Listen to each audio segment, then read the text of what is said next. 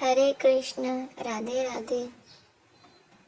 अक्रूर जी ने श्री कृष्ण तथा बलराम जी के साथ व्रज से मथुरा नगरी लौटते समय यमुना जी में स्नान के पश्चात गायत्री मंत्र का जप करते हुए जब जल में डुबकी लगाई, तब उन्होंने शेष जी के गोद में विराजमान शंख चक्र गदा पद्मधारी भगवान श्री कृष्ण के साक्षात दर्शन किए थे। भगवान की अद्भुत झांकी देखकर उनका हृदय परमानंद से लबालब भर गया और प्रेम भाव का उद्रेक होने से नेत्रों से आंसू छलकने लगे। वे दोनों हाथ जोड़कर चरणों में नतमस्तक होकर गदगद स्वर में प्रभु की इस प्रकार से स्तुति करने लगे। प्रभु, आप प्रकृति आदि समस्त कारणों के परम कारण हैं। आप ही अविनाशी पुरुषोत्तम नारायण हैं तथा आपके ही नाभि कमल से उन ब्रह्मा जी का आविर्भाव हुआ है जिन्होंने इस चराचर जगत की सृष्टि की है। मैं आपके चरणों में नमस्कार करता हूँ।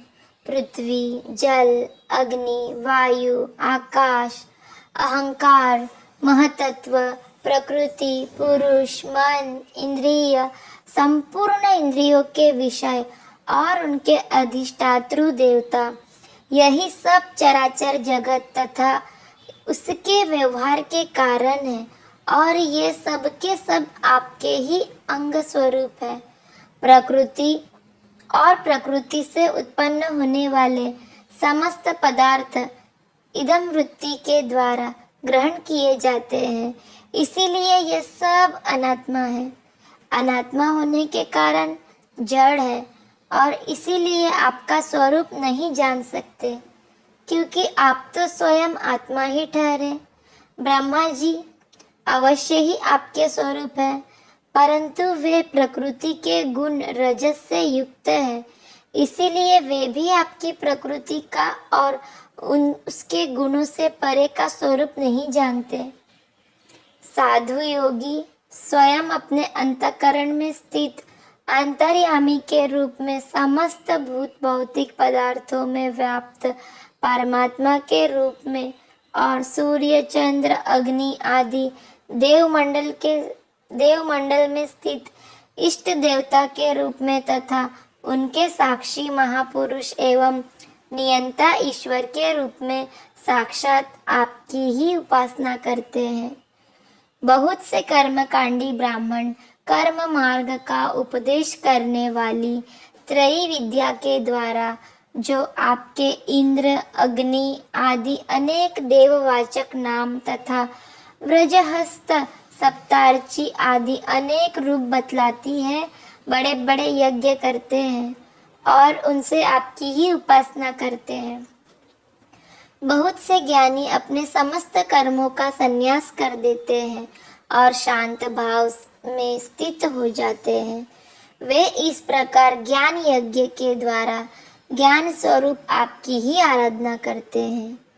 और भी बहुत से संस्कार संपन्न तथा शुद्ध चित्त वैष्णव जन आपकी बतलाई हुई पांचरात्र आदि विधियों से तन्मय होकर आपके चतुर्व्यूह आदि अनेक और नारायण स्वरूप एक स्वरूप की पूजा करते हैं। भगवान दूसरे लोग शिवजी के द्वारा बतलाए हुए मार्ग से, जिसके आचार्य भेद से अनेक अवान्तर भेद भी हैं, शिव स्वरूप आपकी ही पूजा करते हैं।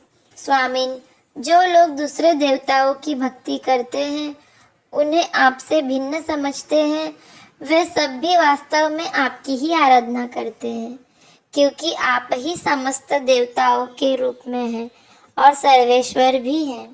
प्रभु, जैसे पर्वतों से सब और बहुत सी नदियाँ निकलती है और वर्षा के जल से भरकर घूमती घामती समुद्र में प्रवेश कर जाती है, वैसे ही सभी प्रकार के उपासना मार्ग घूम घाम कर देर सवेर आपके ही पास पहुंच जाते हैं। प्रभु, आपकी प्रकृति के 3 गुण हैं, सत्व, रज और तम।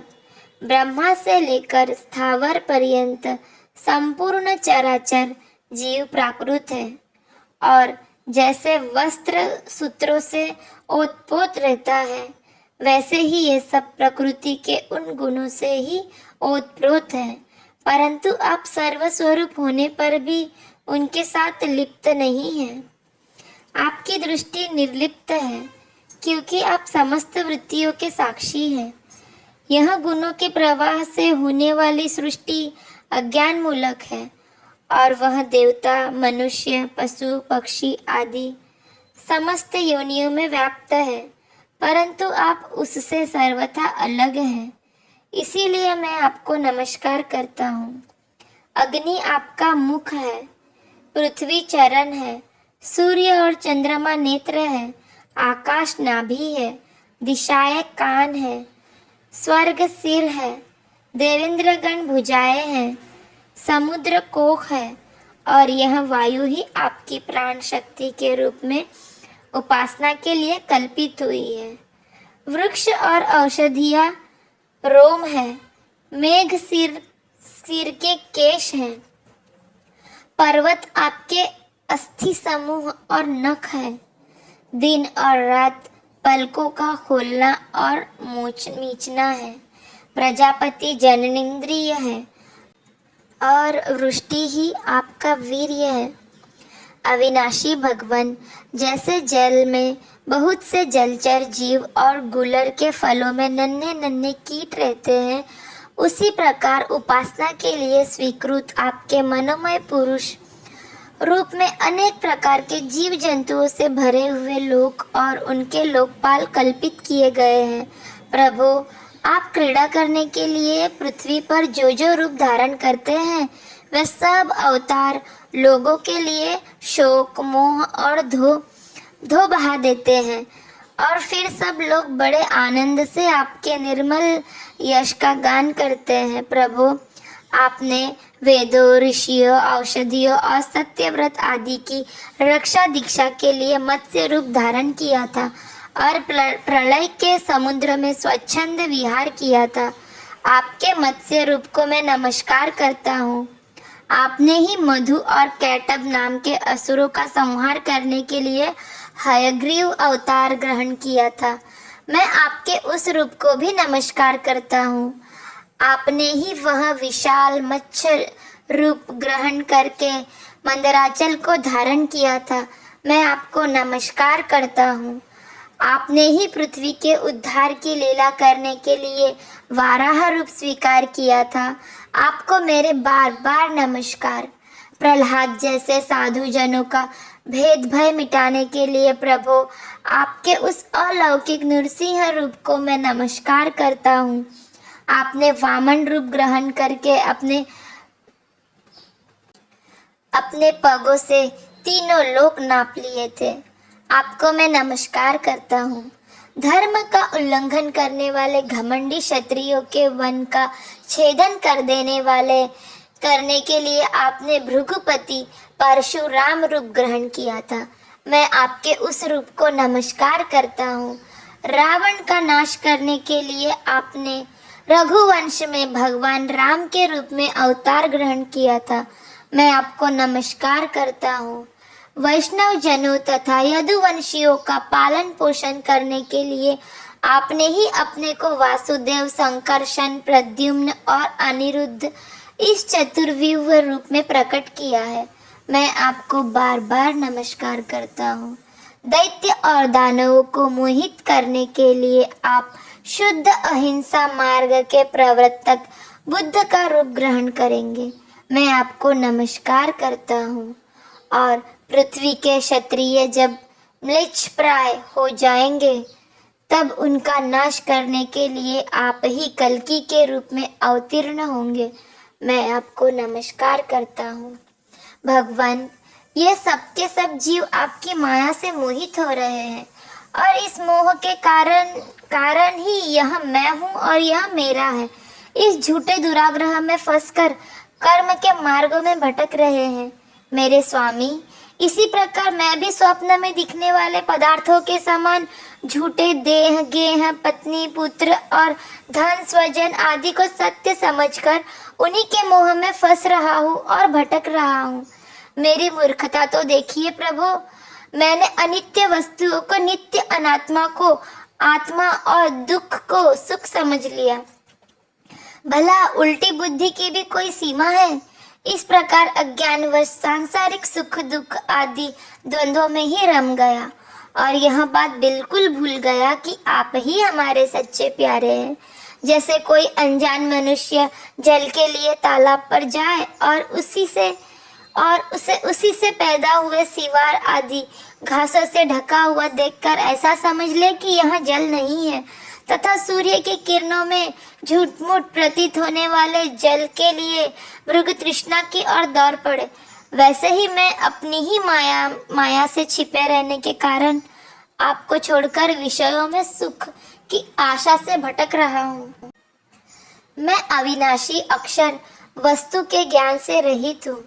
इसी से मेरे मन में अनेक वस्तुओं की कामना और उनके लिए कर्म करने के संकल्प उठते ही रहते हैं। इसके अतिरिक्त ये इंद्रिया भी जो बड़ी प्रबल एवं दुर्दयनीय है, मन को मत कर बलपूर्वक इधर उधर घसीट ले जाती है। इसीलिए इस मन को मैं रोक नहीं पाता। इस प्रकार भटकता हुआ मैं आपके उन चरण कमलों की छत्र छाया में आ पहुंचा हूँ, जो दुष्टों के लिए भी दुर्लभ है। मेरे स्वामी, इसे भी मैं आपका कृपा प्रसाद ही मानता हूँ, क्योंकि पद्मनाभ, जब जीव के संसार से मुक्त होने का समय आता है, तब सत्पुरुषों की उपासना से चित्तवृत्ति आप में लगती है। प्रभु, आप केवल विज्ञान स्वरूप है, विज्ञान घन है। जितनी भी प्रतीतियां होती है, जितनी भी वृत्तियां होती है, उन सब के आप ही कारण और अधिष्ठान है। जीव के रूप में एवं जीवों के सुख दुख आदि के निमित्त काल, कर्म, स्वभाव तथा प्रकृति के रूप में भी आप ही है, तथा आप ही उन सब के नियंता भी है। आपकी शक्तियाँ अनंत है। आप स्वयं ब्रह्म हैं। मैं आपको नमस्कार करता हूँ। प्रभु, आप ही वासुदेव, आप ही समस्त जीवों के आश्रय संकर्षण है। आप ही बुद्धि और मन के अधिष्ठातृ देवता ऋषिकेश, प्रद्युम्न और अनिरुद्ध है। मैं आपको बार बार नमस्कार करता हूँ। प्रभु, आप मुझ शरणागत की रक्षा कीजिए। जय श्री राधे, जय श्री कृष्ण।